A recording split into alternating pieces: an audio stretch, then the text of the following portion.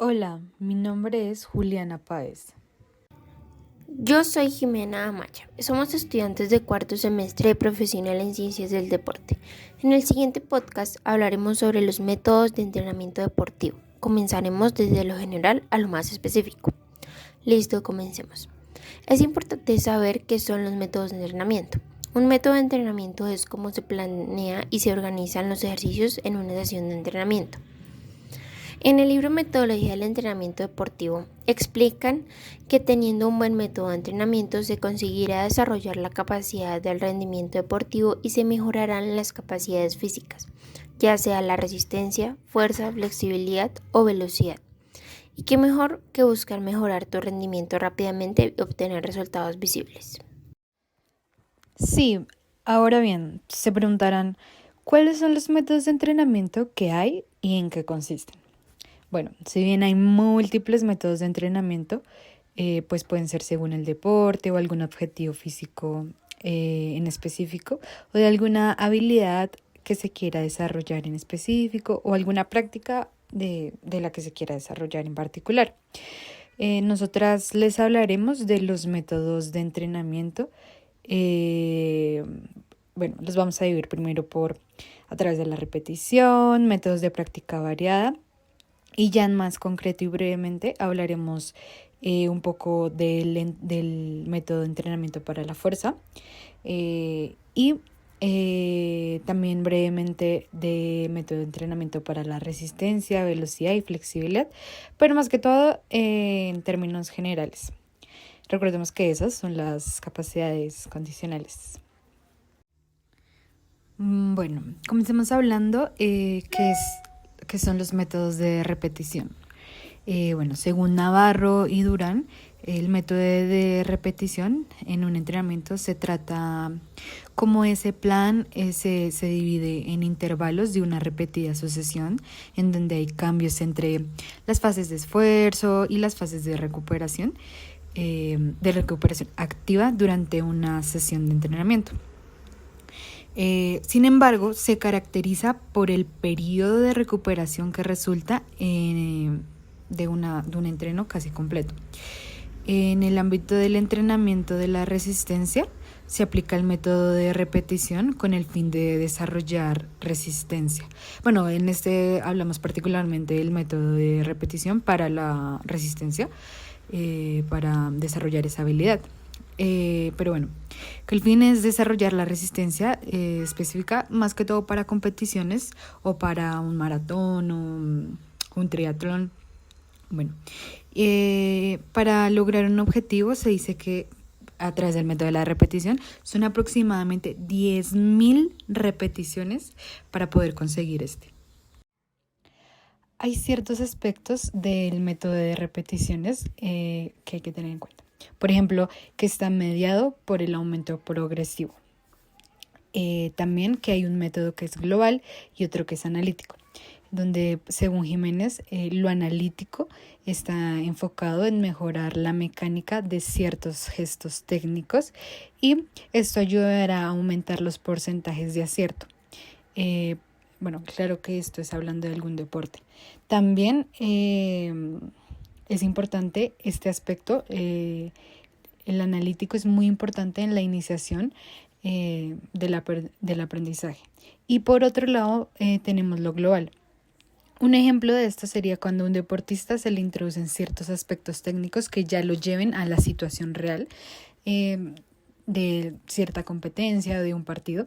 Por ejemplo, haciéndole minijuegos o al final de la sesión del entrenamiento haciendo partidos amistosos, donde ya haya una cierta competencia y se tengan en cuenta las reglas y las normas. También hay que tener en cuenta las cargas y la técnica. También para esto, porque necesitamos una conciencia del movimiento y aún así hablemos de repetición, hay que agregarle ciertas variaciones y progresiones para que no se vea un método o una sesión de entrenamiento estancada. Hay algo muy importante en todos los métodos de entrenamiento y es la dosificación. La dosificación. ¿Cómo se da esta? con 3 variantes. Pero es muy importante la dosificación, no se nos olvide, con 3 variantes. El primero es el volumen, que es la cantidad de trabajo. El segundo, la intensidad, que es el porcentaje de cantidad de esfuerzo que se realiza. Y por último, la densidad, que son los descansos. Estos deben ser pasivos, porque con los métodos interválicos buscamos que haya una recuperación parcial o incompleta. Bueno, ¿cómo se hace esto? Bajamos hasta un umbral de pulsaciones a partir de 130 a 120 para comenzar el siguiente intervalo. Con los métodos de repetición, las pausas son completas para que haya una recuperación. Y finalmente, los intervalos de descanso, si el método de entrenamiento es largo, los intervalos de descanso deben ser entre volver a hacerlo en la misma sesión de entrenamiento, debe haber al menos de 10 a 12 minutos. Pero todo esto también depende de lo que se esté practicando, del deporte que se esté practicando o el objetivo que se quiera alcanzar. Finalmente, hay unos aspectos en el método de repetición que nos ayudarán a desarrollar pues mejor, y hay que tener en cuenta que son a través de lo sensorial, de los juegos, de los circuitos y la competencia. Y de esto nos hablará pues nuestra compañera. Bueno, comencemos con el método sensorial. Donde hay un desarrollo sinestésico, se comienza a asociar las experiencias de estímulos y señales con los sentidos. También, gracias por el ejemplo al sentido de la vista, se pueden recrear movimientos. También comenzar a realizar una acción al percibir un sonido o toque. En este método se agudizan los sentidos. Luego tenemos los juegos. ¿Qué mejor manera de aprender que los juegos, no? Gracias a estos, cualquier deportista comenzará a tener conciencia del movimiento. Los juegos ayudarán a que el sujeto asocie y luego lo aplique al entrenamiento. Los juegos pueden tener cualquier tipo de contenido, se pueden desarrollar diferentes capacidades sin tener que ser específicos y el esfuerzo puede ser pequeño, mediano o grande. El juego puede ser duradero o no y ayuda a mejorar o a entrenar sus capacidades según Mujica 2006. Ahora bien, continuemos con los circuitos. Este método ya es más para deportistas con más experiencia, pues ya hablamos de un conjunto de varios ejercicios continuos con cargas específicas, progresiones y alternancias. Básicamente, ejercicios segmentados con intervalos. Casi siempre el descanso es al final del circuito. No se les olvide que para que sea un circuito deben ser mínimo 6 ejercicios. Y bueno, ahora hablaremos del método de competencia, que ya estaría hablando puntualmente para la hora de un partido o juego. Muchas veces cuando escuchamos competencia se piensa en algo malo, donde si no se gana eres un perdedor, pero no. La competencia ayuda a tomar decisiones, a resolver problemas, a buscar estrategias. Acá se habla de un aspecto más cognitivo teórico, pues la dosificación es más relacionada a cómo es efectiva y eficaz una estrategia para poder implementarla. Gracias, muy interesante. Pues ahora hablemos del método de entrenamiento variado o de práctica variada, donde según Daniel Osuna se define como un sistema de entrenamiento con cambios de ritmo en intervalos definidos para aumentar la resistencia y simular la exigencia física a lo real. Básicamente es variar, cambiar, alternar los ejercicios o la forma de la práctica de un entrenamiento. Bueno, pero antes de hablar de las distintas maneras en que se puede variar un entrenamiento, te daremos unas recomendaciones para mejorar la metodología del entrenamiento. Para comenzar, es importante saber en qué etapa se encuentra la persona a la que se le quiere aplicar o a la que se va a entrenar.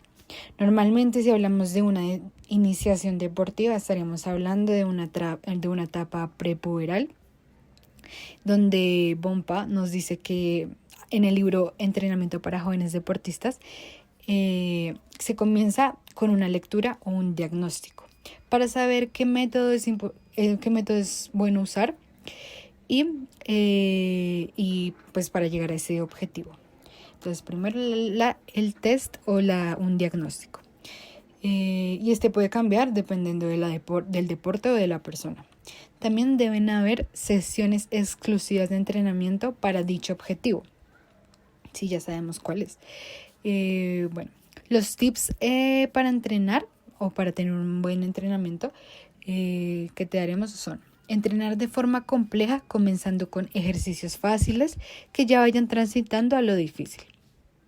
En este se van a desarrollar varias capacidades y mejor si se desarrollan distintas capacidades al mismo tiempo. El número de ejercicios tiene que ser elevado y debe cambiar. Por ejemplo, su manera de ejecución y más si hablamos del método de la práctica variada. Y finalmente es muy importante entrenar cuando se esté bien y no fatigado, sin lesiones. Y también el descanso. El descanso es muy importante para que haya una recuperación suficiente. Pero bueno, ahora sí, ¿de qué manera se puede variar un entrenamiento? Te preguntarás. Entonces vamos a iniciar hablando de variar el contexto, el ambiente, las condiciones externas. Pues se puede cambiar los campos de juego, el terreno, las instalaciones, y también se pueden cambiar los instrumentos o las herramientas que se esté utilizando en el entrenamiento.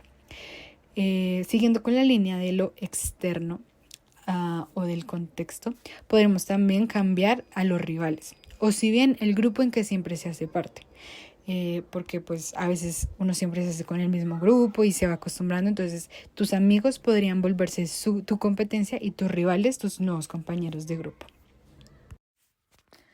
Bueno, otro método de variación, y ya yéndonos más a lo teórico, a lo cognitivo, es variando la entrada de información.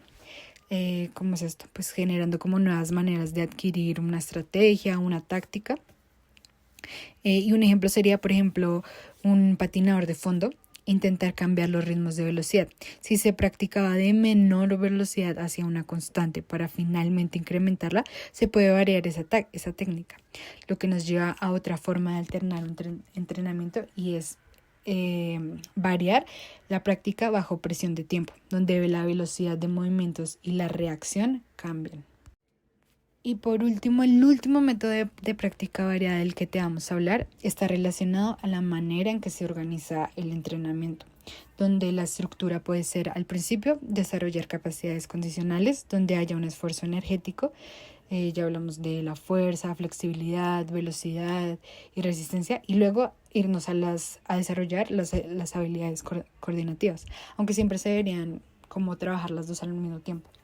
Pero entonces ahí en las coordinativas nos enfocaríamos más en la orientación, la anticipación, la diferenciación, el acoplamiento, el equilibrio, la reacción y el ritmo.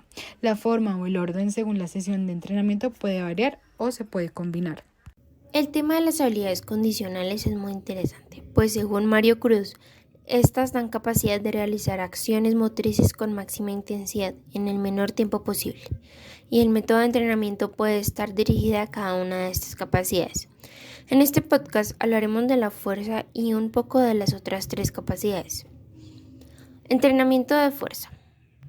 Para el entrenamiento de fuerza, donde básicamente hablamos de la capacidad que tiene el músculo para generar tensión y vencer una resistencia.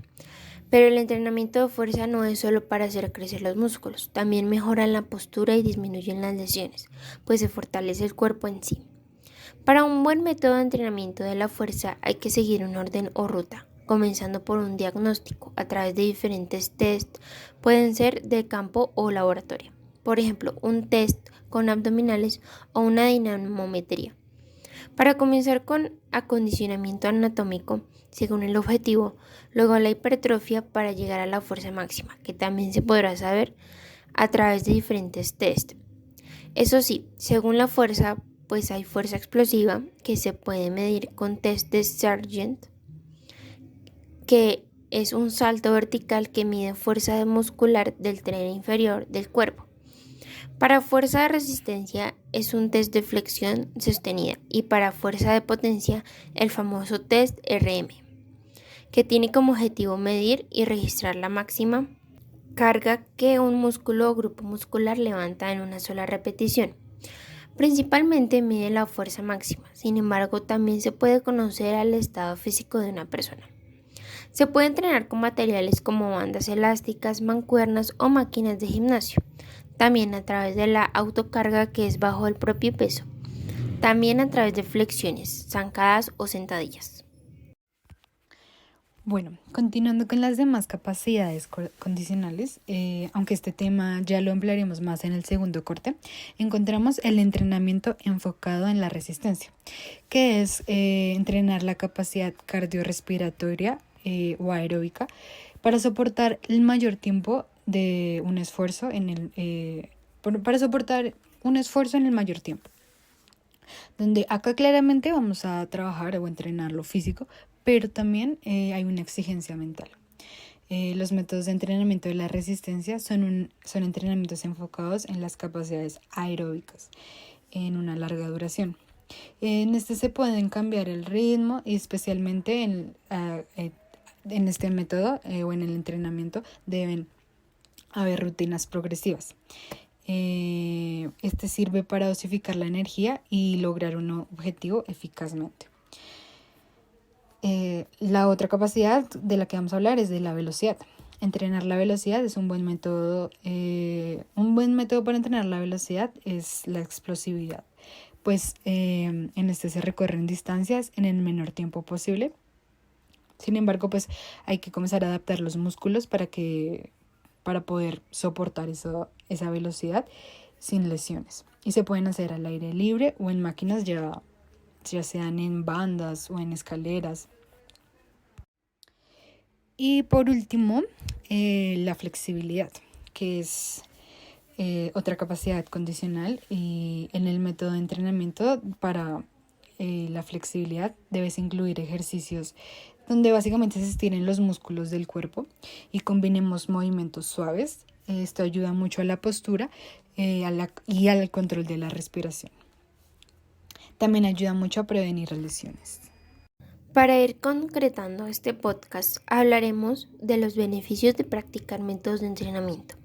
Uno de los más importantes para un deportista es limitar el desgaste energético. Por otro lado, si el objetivo es otro como perder grasa, un buen método de entrenamiento permite un mayor desgaste calórico. Ayuda a prevenir lesiones musculares y articulares. Un deportista que se esté preparando para carreras, maratones o eventos deportivos importantes requiere un buen método de entrenamiento previo, porque potencia el rendimiento en general, sea cual sea la disciplina que se practique. Gracias por tu atención y recuerda que en este podcast promovemos los buenos hábitos y el deporte. Hasta la próxima.